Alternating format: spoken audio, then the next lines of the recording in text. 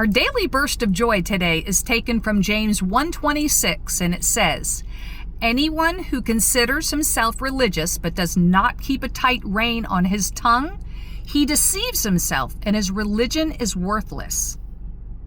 Now, this is talking about learning how to control our tongue, learning how to control what we say.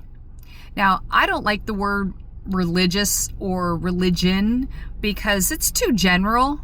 I like to tell people, like if they ask me what religion I am, I say I don't have a religion. I have a relationship with Jesus Christ as my Savior.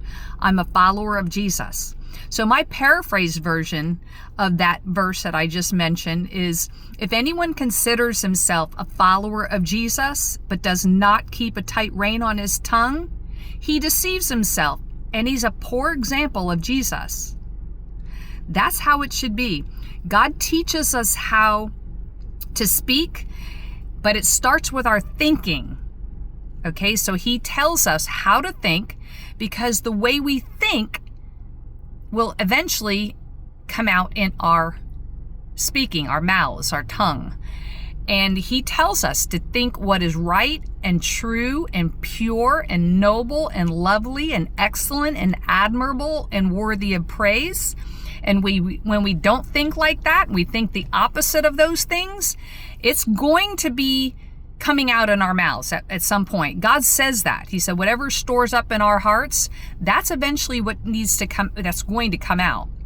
It's going to come out because we don't have the ability to control ourselves, our mouth, and the way we think and all of that without a personal relationship with Jesus Christ, so that he comes in to indwell us by his Spirit, to give us the power to live a good, godly life. So that's where it starts. So if you don't have a relationship with Jesus Christ as your Savior, that is the first step. Then you'll be filled with his Spirit and have the power to control your tongue. And you won't have a religion, you'll have a relationship. But God says that no matter what happens, conduct yourself in a manner worthy of the gospel, meaning worthy of him. So let's put our faith in Jesus, renew our minds every day in his word so that we can be renewed and transformed. It's an inner transformation that takes place in our hearts. And then we will become more like Jesus, we'll think like him, and then we will speak more like him. May today be the day. God bless you.